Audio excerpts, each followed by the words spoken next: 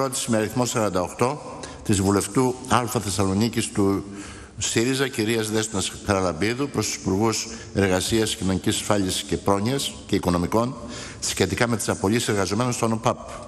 Κύριε Χαραλαμπίδου, έχει το λόγο. Ευχαριστώ, κύριε Πρόεδρε. Κύριε Υφυπουργέ, την υπόθεση τη γνωρίζετε. Στις 30 Ιουνίου, ο Διευθύνων Σύμβουλος της επιχείρησης της ιδιωτικοποιημένης πλέον ΟΠΑΠ ΑΕ ανακοίνωσε στους εργαζόμενους μαζικές απολύσεις. Ξεκίνησε με κλείσιμο τμήματων από την ΟΠΑΠ παροχής υπηρεσιών ΑΕ και προχωρώντας σε μία φάση αναδιοργάνωσης της επιχείρησης, προετοιμάζεται για περισσότερες απολύσεις. Κάλεσε λοιπόν η εργοδοσία τους εργαζόμενους να αποδεχθούν τις απολύσεις συνενετικά με τη μορφή εθελούσιας αποχώρησης. Διαφορετικά, ανακοίνωσε ότι θα προχωρήσει σε ομαδικές απολύσεις. Και να σημειώσω επιπλέον, χωρίς αυτό να είναι το κυρίαρχο, ότι για τον υπολογισμό των αποζημιώσεων δεν λαμβάνεται υπόψη ο συνολικός χρόνος υπηρεσίας των εργαζόμενων στην ΟΠΑΠ παροχής υπηρεσιών ΑΕ.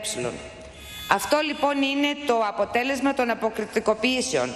Μαζικές απολύσεις με το καλημέρα, με το που περνάει η επιχείρηση από τον έλεγχο του δημοσίου στα χέρια του ιδιώτη. Και μάλιστα εδώ μιλάμε για μια τρομερά κερδοφόρα επιχείρηση, για κέρδη που φτάσαν τα 141 εκατομμύρια ευρώ για το 2013 και για συνέχιση των κερδών. Πρόκειται για μία από τις πιο κερδοφόρες επιχειρήσεις στην Ελλάδα αυτή τη στιγμή. Όμως το ελληνικό δημόσιο δεν θα εισπράξει τίποτε από αυτή την κερδοφορία παρά μόνο ένα μικρό ποσοστό από τους φόρους, και αντί να αυξάνεται η απασχόληση και η μισθή, οι εργαζόμενοι γίνονται θυσία ώστε να κατευθυνθούν όλα τα κέρδη στα χέρια των ιδιωτών μετόχων και στα μπόνους των μάνατζερ που διαχειρίζονται τώρα τον ΟΠΑΠ. Επειδή λοιπόν είναι και πολύ πρόσφατη η υπόθεση για τις απολύσεις στη χαλιβουργία και το νέο ρόλο που παίζει το Ανώτατο Συμβούλιο της Εργασίας, η ερώτηση προς την κυβέρνηση και τον κύριο Υφυπουργό είναι απλή. Θα επιτρέψετε να προχωρήσει ο σχεδιασμός της επιχείρησης για αυτές τις ομαδικές απολύσεις και την εκχώρηση των τμήματων της επιχείρησης σε ιδιώτες? Ευχαριστώ. Ο κύριος Υπουργός έχει το λόγο. Ευχαριστώ, κύριε Πρόεδρε. Ξεκινώ από το τελευταίο. Αν επιτρέψουμε σε μια ιδιωτική επιχείρηση να εκχωρήσει δραστηριότητες σε ιδιώτες, αυτό δεν μπορώ να το απαντήσω, γιατί πιστεύω ότι είναι μια αντίφαση ενοιολογική καταρχήν. Αλλά και επί της ουσίας, εάν θεωρήσουμε ότι εννοείται αν μπορεί μια ιδιωτική επιχείρηση να συνεργάζεται με άλλες ιδιωτικές επιχειρήσεις, μπορεί. Δεν έχω εγώ όμως καμιά αρμοδιότητα επ' αυτού, ούτε το Υπουργείο Εργασίας. Εμείς για την ουσία της ερώτησης έχουμε να πούμε τα εξής που αφορούν το θέμα ομαδικές απολύσεις.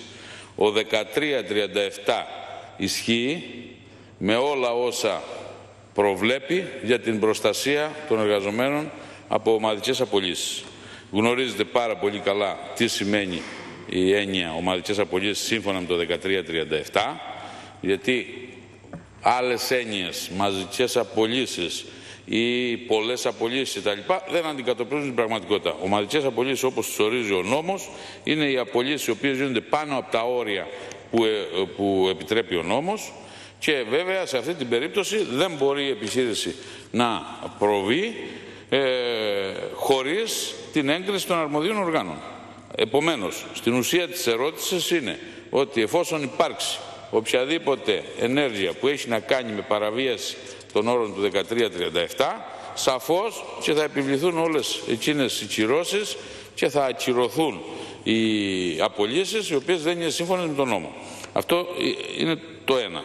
Το δεύτερο που λέτε για το πόσο της εκατό θα κερδίσει το ελληνικό δημόσιο κτλ. Δεν είναι είναι θέμα του Υπουργείου Οικονομικών, για το οποίο δεν μπορώ να σας απαντήσω και δεν είναι στις αρμοδιότητες του Υπουργείου. Επομένως, συνοψίζοντας, να πω ότι επειδή μέχρι σήμερα δεν έχουμε καμιά καταγγελία, κανένα αίτημα για διενέργεια εργατικής διαφοράς ή οποιοδήποτε άλλο ζήτημα που να έχει τεθεί από την πλευρά των εργαζομένων, οι υπηρεσίες ΣΕΠΕ και διευθύνσεις απασχόλησης από τις οποίες ζήτησα ενημέρωση δεν είχαν να με ενημερώσουν σε κάτι που είχε να κάνει με αίτημα ή καταγγελία παραβίαση του νόμου. Εφόσον υπάρξει, σαφώς και θα υπάρξουν οι ενέργειες οι οποίες προβλέπονται από τον νόμο. Ευχαριστώ.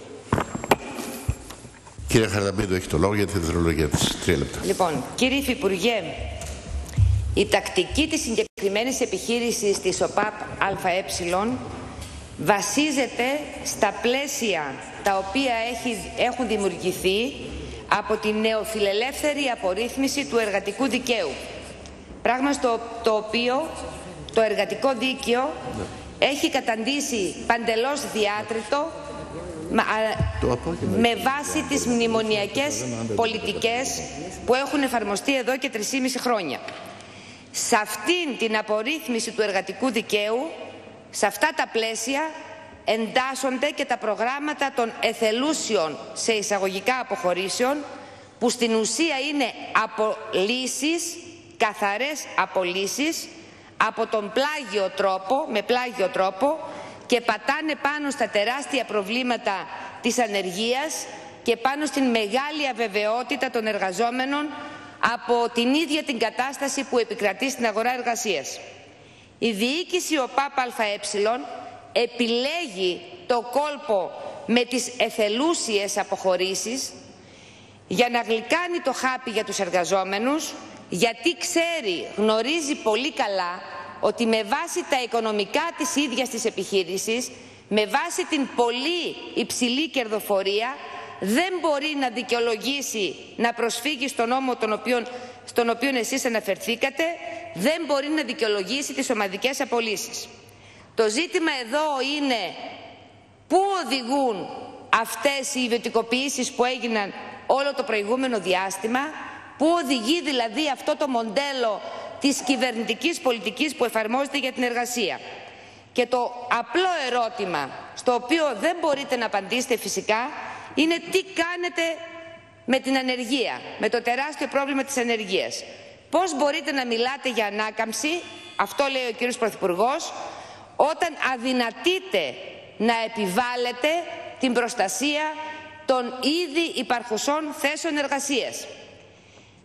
Εγώ θεωρώ ότι δεν απαντήσετε, κύριε Υπουργέ, στο ένα από τα δύο ερωτήματα που έθεσα.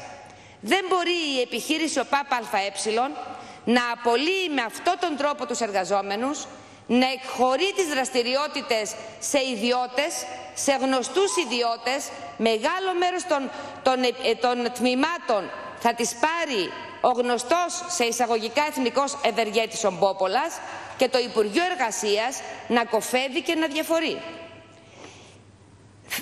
Το θέμα θα έρθει. Οι εργαζόμενοι είπαν όχι στο πρόγραμμα της εθελούσιας. Το θέμα θα έρθει στο Ανώτατο Συμβούλιο Εργασίας. Και εδώ θέλουμε δέσμευση. Τι θα κάνετε? Θα κληθεί το Υπουργείο Εργασίας να πάρει θέση. Θα κρατήσετε την ίδια στάση που κρατήσατε και για τις απολύσεις στη χαλιβουργία?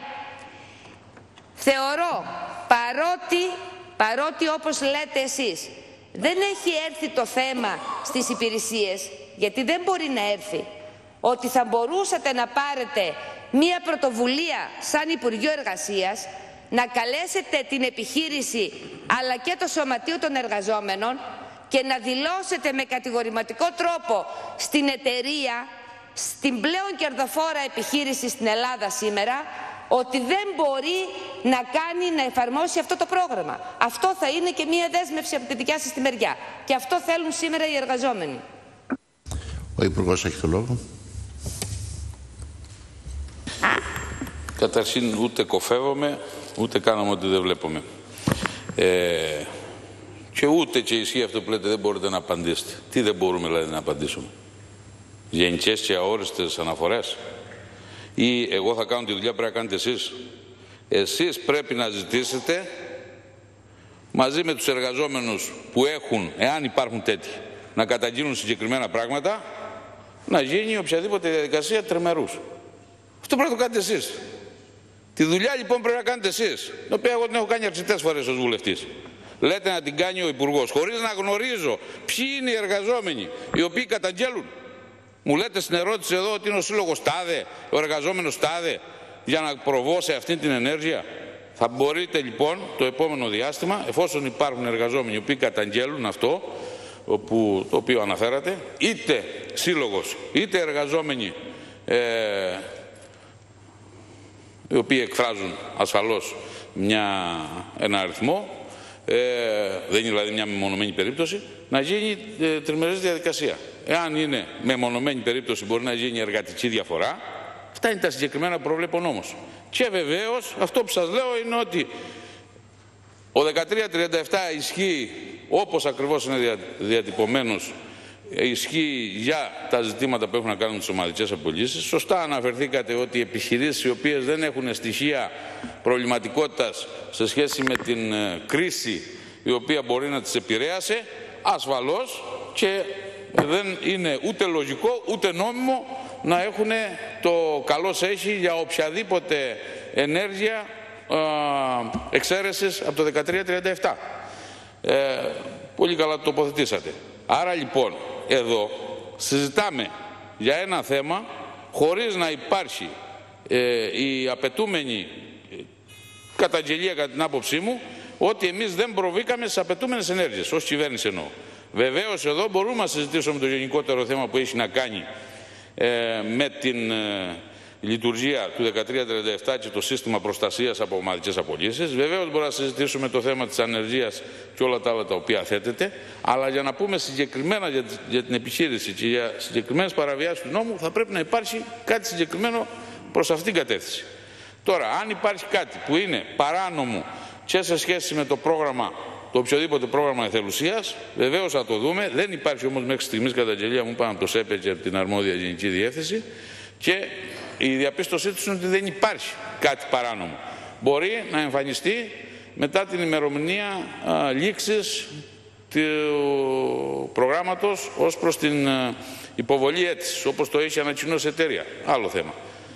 Εμείς είμαστε στη διάθεσή σας, εφόσον υπάρξει οτιδήποτε, να δούμε πώς θα το αντιμετωπίσουμε, και βεβαίως καμία ανοχή σε καμία περίπτωση, πέρα από τα ζητήματα τα οποία ήδη έχουμε συζητήσει και άλλη φορά, που έχουν να κάνουν με τη γενικότερη φιλοσοφία. Μιλάμε για το θεσμικό πλαίσιο, για τους νόμους που ισχύουν, που δεν μπορεί καμιά υπηρεσία, κανένα Υπουργείο να δείχνει οποιαδήποτε ανοχή.